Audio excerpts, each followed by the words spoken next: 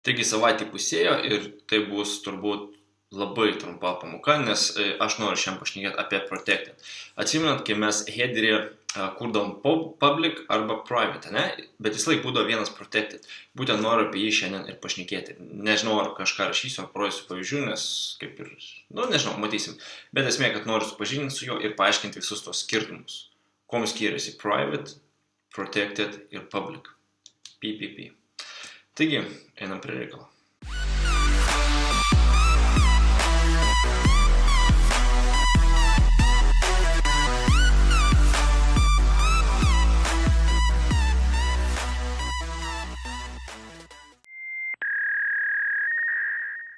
Mūsų visos klasės dar pasilikusios nuo praeitos pamokos, aš su jomis gal šiandien padirbėsiu. Taigi, būtent aš noriu dabar parodyti, kuom skiriasi publicas, protected ir private. Pirmiausia, tai gal aš noriu paaiškinti, kame esmė. Tokiu atveju susikursiu tris kintamosius, tai sakykime, public tai viešas, ar ne? Tai būna viešas kintamasis. Dabar, iš karto gal susikurkime visus tris.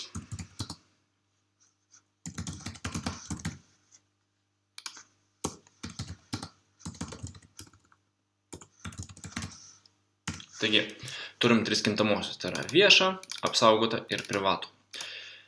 Kuom jie dabar skiriasi? Pradėkime gal nuo public, ar ne? Public reiškia viešas, tai reiškia, kad šitą kintamąjį galės panaudoti tiek mūsų main.cpp, tiek mūsų kita funkcija, tiek pati funkcija. Pati funkcija. Esmė, kad public, viskas, kas yra public, yra prieinama absoliučiai visiems. Tai yra ir pačioje funkcijoje, ta prasme, galim naudoti šitą kintamai. Ir kitoje funkcijoje mes galim šitą naudoti kintamai. Ir netgi mūsų main funkcijoje galim naudoti šitą kintamai. Kas yra private?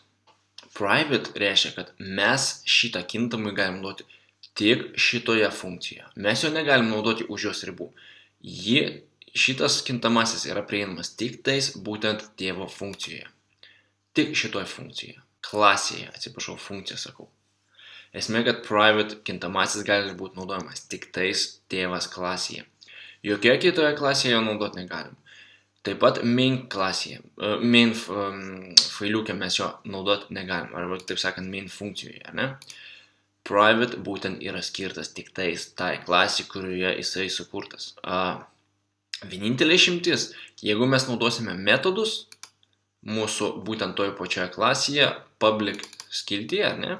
Tokiu atveju per tų metodų pagalbą mes galėsim naudoti privačius kintamosius būtent kažkur už tos klasės ribų. Bet tik tais metodų pagalba. Kitu atveju mūsų private yra skirtas būtent tik tais šitai klasiai. Kas yra protected? Protected tai yra, tarsi miksas, biškito, biškieno. Protected gali naudoti taip pat kaip ir private, ne? Tik tais šitą klasę. Tik tais tėvo klasė gali naudoti protected. Tačiau, jeigu mes atsimenant šnekėjom apie friend, tai yra, ką reiškia friend, mes jau išmokome. Ir jeigu mes friend pagalba imsim šitą kintamai, mes jį naudot galėsim taip pat. Tai už tos klasės ribų. Būtent friend pagalba. Lygiai taip pat tai, ką mes šnekėjom praeitą pamoką apie paveldimumą, ne? Palikimą. Jeigu mes naudosime palikimą, mes taip pat turėsim prieigą prie protected. Lygiai taip pat galėsim naudoti šitą reikalą. Taigi, protected gali būti panaudotas tik tais toje esamoje klasėje, o už jos ribų tik tais, jeigu mes naudojame friend arba mes naudojame paveldimumą arba palikimą, kaip taip sakant, ar ne? Ir kaip pavyzdį, sakykime, aš norėčiau parodyti, susikurti čia klasę.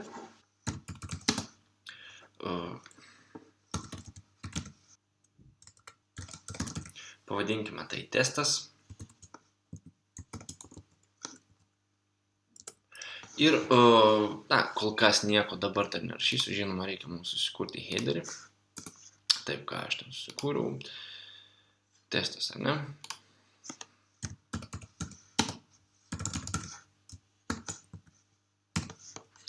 Ir jeigu aš main.cpp susikursiu būtent sūnus klasiai kažkokį tai objektą, tai taip ir būna objektas ir tą objektą to objekto pagalba norėčiau pasiimti testą ir pasileisti funkciją, mes nematysime nieko, tačiau mes žinosime, kad mūsų funkcija veikia, ar ne? Atsiprašau, man kažkas skambina. Taigi, kaip matėte, pas mus viskas veikia.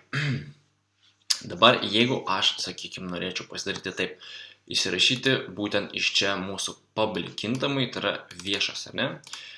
Sakykime, ir jam prisiskirti kokį tai vienetą, ar ne? Ir pabandyti pasileisti.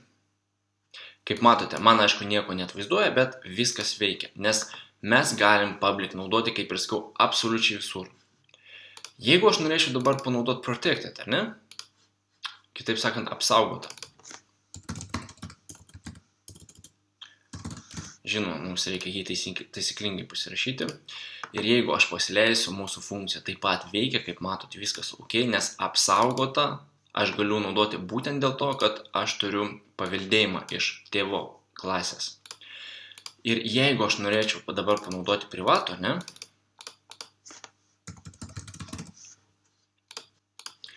Man išmeta errorą. Kodėl? Todėl, kad kaip ir minėjau, privatus yra naudojamas tik šitoje klasėje. O kadangi mes nepasirašėme jokių metodų, kad galėtumėm naudoti kitose klasėse, todėl mums ir meta errorą. Tai vat būtent aš ir norėjau parodyti, kad public kintamieji yra naudojami absoliučiai visur, protected kintamieji naudojami tik tais šitoj klasėje ir tik tais kitose klasėse, jeigu yra friend arba paveldimumas, o private yra naudojamas absoliučiai tik tais šitoje klasėje, išskyrus, jeigu mes susikuriam kažkokius metodus, būtent toje pačioje klasėje public srityje, tada galima panaudoti ir kažkur kitur. Taigi tikiuosi supratot, nes tai tikrai nebuvo sunku, tai buvo lengva, sakyčiau, ir labai lengva, viena iš lengvesnių pamokų. O su jumis susitiksim penktadienį, todėl aš ir atsisveikinu iki tada. Viso.